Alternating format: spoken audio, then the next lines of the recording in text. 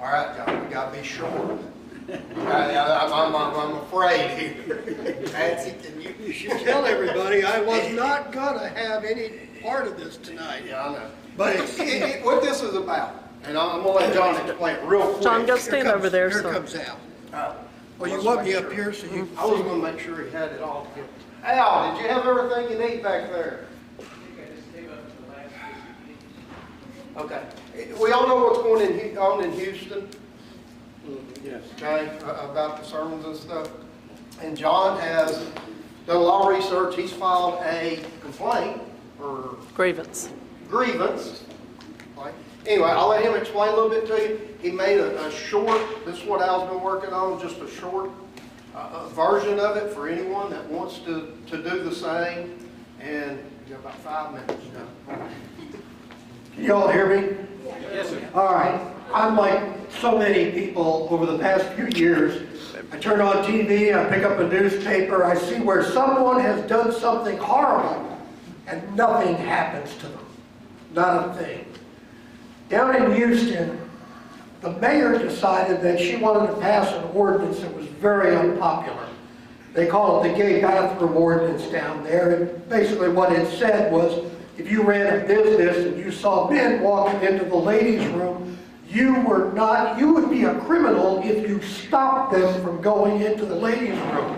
Your wife, your daughter might be in that ladies' room, but if they were confused about their gender assignment, it was perfectly okay for them to walk in that bathroom and visit with your family, right? The outrage was immediate in Houston. 55,000 people signed a petition within a week and a half saying, don't do that. In fact, there was a survey before she ran it through committee down there and got it approved. 87% of the people in Houston on that survey said, don't pass that law. So the mayor was slapping everybody in the face down there. As soon as they got that petition with 55,000 signatures on it, they turned it into the city. They only needed 17,000. The city secretary, by law, is the person who certifies the valid signatures and the proper number. The city secretary did certify the petition. The mayor went ballistic. She got her city attorney, and 2 days later they held a press conference, and they just declared that the petition was invalid. Well, the city charter doesn't give the mayor or the city attorney the power to declare the petition invalid. Only the city secretary. 4 people that had signed that petition filed a lawsuit the next day against the mayor and against the city secretary and against the city attorney. The lawsuit's simple. It says there are 17,000 valid signatures on that petition, Your Honor. We want you to declare that it is in fact valid. That's all that's in the lawsuit. Nothing about homosexuals, nothing about the mayor and her program and so forth. Valid signatures, only issue. The mayor wasn't very happy with the pastors in Houston. 5 of those pastors of the biggest churches in some of them in the country had been very vocal and had gotten people whipped up to get out and sign those petitions. Well, the mayor wanted revenge. So the mayor got her pet lawyer to file 16-page subpoenas on the church pastors, demanding their holy scriptures, demanding their sermons, demanding the notes that they had used to prepare sermons, communications to parishioners. They wanted every scrap of paper that those pastors had that had anything to do with homosexuality, gender assignment, the mayor herself, how they felt about her. I mean, it was absurd. But to me, as a recovering lawyer, what was really offensive was not one shred of paper they asked for was relevant to any issue in the lawsuit. Not one of those documents would ever be admissible in that court of law to decide if there were 17,000 valid signatures or not. It was a slap in the face to the pastors who had stood up and fought City Hall. I'm not involved in Houston politics. I don't care if they want that ordinance, they can have it. But I am a lawyer still in the state of Texas. I'm a member of the state bar. I have a duty if I think that a lawyer has violated his oath of office and the rules of professional ethics. I've determined that that lawyer violated 13 separate rules of professional ethics, and he violated his oath of office. He swore to uphold the United States Constitution and the Texas Constitution. The U.S. Constitution and the Texas Constitution both guarantee you freedom of speech, freedom of religion, freedom of association and assembly, and freedom to redress grievances that you have against the government. This lawyer tried to stop that type of public debate and public activity by showing that you'll get dragged into court and you'll spend all your money and all your time at the courthouse if you fight City Hall.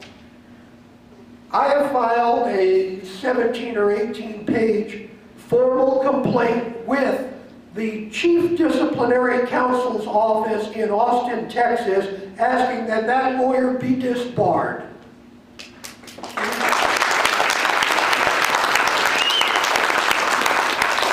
He's a volunteer. He's not with the city attorney. He's a high roller, 51st floor Louisiana Street lawyer with millions of dollars and millions of clients.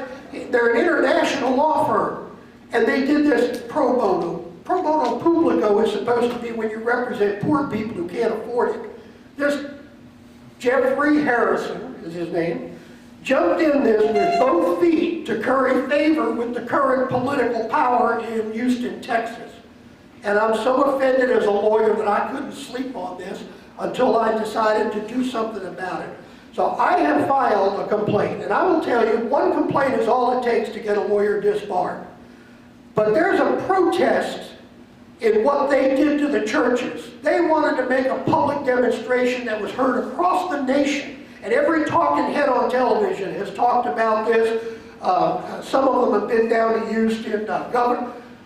Your new governor-elect wrote a letter to them and said it was an unconstitutional thing to do, withdraw the subpoenas. Some of your senators, Ted Cruz went down there and organized a 10,000-person rally against what was being done to those churches. But none of them thought about going after the lawyer. The mayor can't issue subpoenas, the city council can't issue subpoenas, only a lawyer can issue the subpoenas, so I'm going after the lawyer.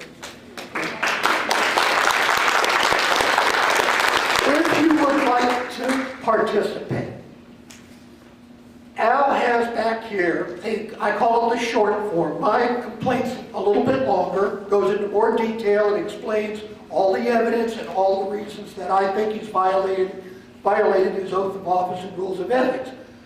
I've prepared a short form. Any person, don't even have to be a Texas resident, and you sure don't have to be one of his clients, any person can file a complaint against a Texas lawyer. I've prepared a short form.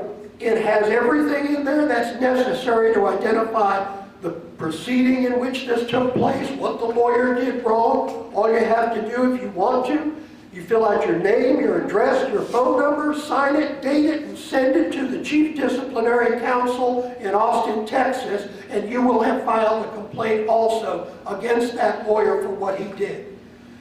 It's a form of protest. They have never seen anything like this, and I've been in touch with them down there.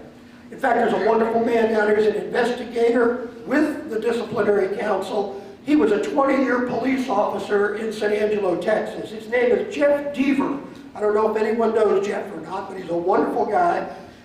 He knows what we're doing, and he's on our side. He said, you're going to swamp our office if you send in hundreds of these complaints, but he said, I'm on your side. If that's what you want to do, go ahead and do it. Al has the forms. We've also, Kat has put this out on the internet, on the Christian Reporter News. Thank you. If you go on there, you'll find a download. You can download the form. You can also download my long form complaint form if you want a copy of it or see what I did. Anyway, I know I've run over on this, but I'm so angry about this, and for the first time I can do something about it.